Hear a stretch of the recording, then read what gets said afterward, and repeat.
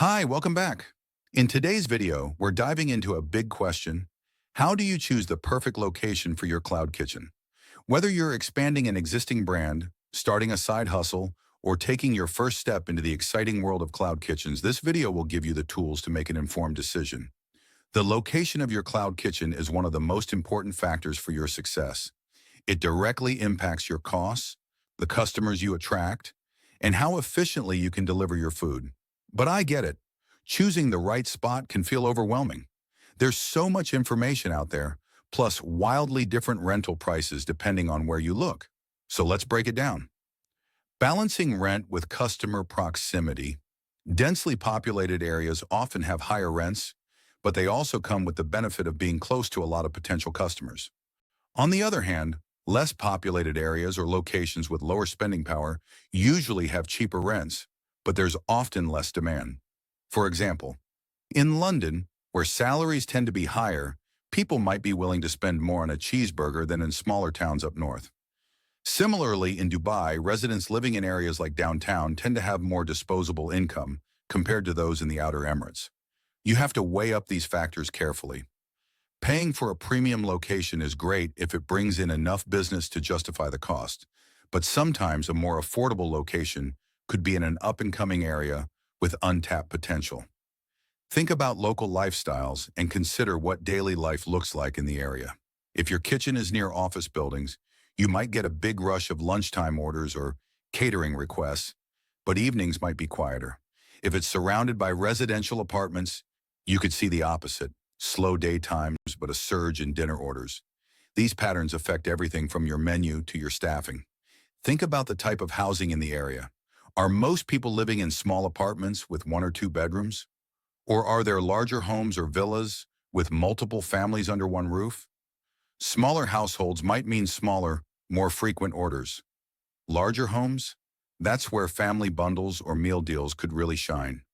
Knowing this helps you plan your menu and pricing strategy. Let's talk about the drivers. Your location needs to be convenient for delivery partners. Is there easy parking nearby? Are you close to major roads or highways? Food delivery platforms like Uber Eats or Deliveroo usually work within a 5 to 10-kilometer radius of your kitchen. Some calculate this by drive time, while others use a simple radius. It's worth talking to these platforms before committing to a location. Ask them if the delivery radius from your kitchen would cover enough customers to meet your goals. What about your team? Your employees are just as important as your customers. Depending on the country you're operating in, you might need to provide transportation for your team or consider how easy it is for them to commute. For example, are there nearby metro stations or affordable housing? If your team struggles to get to work, it could increase costs or even lead to higher staff turnover. These are details that directly affect your bottom line. Now let's talk about your customers. What's their average age? How much disposable income do they have? Are there seasonal trends that might affect your sales? For example, in the Middle East, many people leave during the summer, which could lead to a drop in orders. In the UK, summer barbecues could mean fewer takeout orders. If your location is near a university, orders might dip during term breaks. Always keep these factors in mind. Also, don't forget the competition. Look around. What other cloud kitchens or restaurants are nearby? Competition isn't always a bad thing. If similar businesses are thriving, it could mean there's strong demand in the area, but it's also a chance to spot gaps in the market. Are there cuisines or meal types that no one else is offering? That's your opportunity to stand out. Lastly, and check the infrastructure. Before signing anything, make sure the building is ready for a kitchen, licensing requirements, and their last food safety rating. Does it have proper ventilation, water supply, and waste disposal? Are there enough electrical connections for all your equipment? Fixing these things later can get expensive, so it's better to know up front. Choosing the right location for your cloud kitchen is a balancing act.